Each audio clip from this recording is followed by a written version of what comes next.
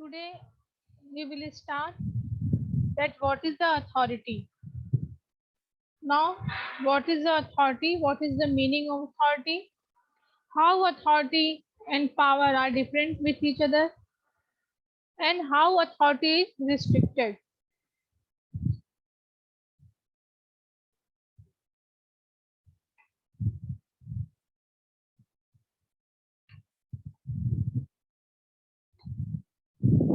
Authority. As we know that authority is a means power or right. Whenever we are talking about the authority, means we are talking about some rights and power. Okay, and these rights and power are delegated by top management to their superior, to their subordinates. Okay, now as we know that during the organizing, during when we are study about the organization structure, that time we are study that what is the meaning of organization, how we are organizing in the organization. ठीक है, और हम organisation में चीजों को जब group करते हैं, वर्क को, एक्टिविटीज को, रिस्पॉन्सिबिलिटीज को, उसके बाद क्या करते हैं, हम डिपार्टमेंटेशन करते हैं, डिफरेंट डिफरेंट डिपार्टमेंट्स में डिवाइड करते हैं, डिफरेंट डिफरेंट यूनिट्स में उनको डिवाइड करते हैं। उसके बाद हमारा नंबर आता है कि हम क्या करते हैं, उनको जो भी पावर्स है, अथॉरिटीज है, रिस्पॉन्सिबिलिटीज है, उनको हम डेलीगेट करते हैं। ठीक है, अभी आगे हम लोग ये देखेंगे कि अथॉरिटीज एंड रिस्पॉन्सिबिलिटीज में क्या डिफरेंसेस होते हैं। ठीक है, क्या अथॉरिटी पूरी तरीके से डेलीगेट की जा सकती है, ठीक है, या रिस्पॉन्सिबिलिटीज पूरी तरीके से डेलीगेट की जा सकती है या नहीं की जा सकती है। तो उसके लिए सबसे पहले हमें अथॉरिटी को समझना सबसे ज्यादा जरूरी है। तो फॉर इंट्रोडक्टरी पार्ट हम इस चीज को समझ लेते हैं कि as we know that departmentation, you will observe that in organization divided into smaller units for its efficient working. ठीक है, हमने during departmentation देखा था कि we are dividing the organization into some small units. ठीक है, ये units क्या है, what is this unit? ये units जो हमारे हो सकते हैं प्रोडक्शन डिपार्टमेंट्स या मार्केटिंग डिपार्टमेंट्स, ठीक है, या फिनांस डिपार्टमेंट्स हो सकता है, रिसर्च एंड डेवलपमेंट डिपार्टमेंट्स हो सकता है। ठीक है,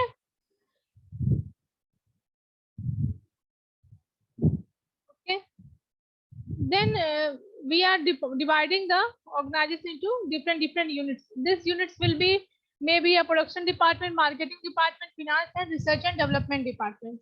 ठीक है, अब हम क्या करते हैं, नाउ अब टाइम आ गया कि हम क्या करेंगे, इनको डेलीगेट करेंगे। क्या चीज, राइट्स एंड पावर। ठीक है, अथॉरिटी के अंदर में क्या आता है, राइट्स एंड पावर्स। तो अब हम इन्हें क्या करेंगे, डेलीगेट करेंगे, किसकी क्या क्या राइट्स हैं, किसको क्या क्या पावर देने हैं। प्रोडक्शन डिपार्टमेंट्स को क्या राइट्स देने हैं, क्या पावर देने हैं, मार्केटिंग डिपार्टमेंट्स को क्या राइट्स देने हैं, क्या पावर देने हैं। ठीक है, production manager required to get the desired quantity of quality of good production. हमारे प्रोडक्शन डिपार्टमेंट की क्या जिम्मेदारी होती है कि ये जो भी प्रोडक्ट इसको बनाने को दिया जा रहा है, उसको ये बेटर क्वालिटी में बनाए। ठीक है, बेटर अमाउंट में, सफिशिएंट अमाउंट में इसको बनाए। ठीक है, जो भी क्वालिटी है, वो क्वालिटी मैनेजमेंट है, वो उसको ये अच्छे से टेक केयर करे। तो क्या है ये रिस्पॉन्सिबिलिटी, वो तभी अच्छे से अकम्प्लिश कर सकता है जब उसको कुछ ना कुछ ऑर्गेनाइजेशन से राइट्स या पावर मिले हो। क्योंकि अगर उसको रॉ मटेरियल्स खरीदने होंगे या किसी काम के रिगार्डिंग उसको कोई डिसीजंस लेने होंगे, तो वो क्या करेगा, व्हाट ही विल डू। अगर उसके पास रिस्पॉन्सिबिलिटीज नहीं रहेंगी, ठीक है, तो वो डिसीजंस नहीं ले पाएगा। इस वजह से ये सबसे ज्यादा इम्पोर्टेंट होता है कि जो भी अथॉरिटी है, जो भी रिस्पॉन्सिबिलिटीज है, उनको कैसे पूरी की जाए। ठीक है, तो मेन चीज यहाँ यही होती है कि कितनी सफिशिएंट अमाउंट में, कितनी क्वांटिटी में, कितनी मात्रा में हम अथॉरिटी डेलीगेट करें, कितने कितनी रिस्पॉन्सिबिलिटी, कितने राइट, कितने पावर देना हमारे लिए जरूरी होगा। अब हम overall responsibilities, overall power, authority हम किसी एक डिपार्टमेंट को नहीं दे सकते हैं। ठीक है, तो अथॉरिटी का बहुत इंपॉर्टेंट रोल होता है for achievement and for accomplishment of goals and objective of the organization. ठीक है, तो हम कह सकते हैं कि simply speaking authority means power और rights. In the context of a business organization, it implies right to order or command. Business term में हम क्या कह सकते हैं? Right to order. Authority means right to order and right to command. Authority क्या होती है?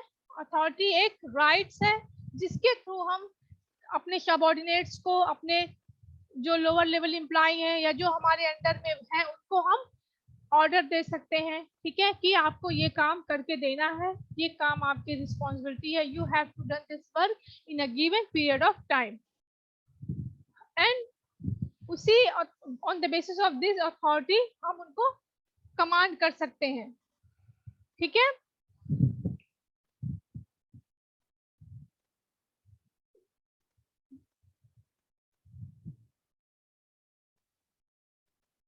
फॉर एग्जाम्पल हम देख सकते हैं कि an executive may be asked to produce certain goods. ठीक है, आपके एग्जीक्यूटिव कहते हैं कि आपको कुछ प्रोडक्ट्स जो है वो आपको प्रोड्यूस करने हैं। In the case he will given the necessary authority to purchase the necessary raw materials, engages or hire people.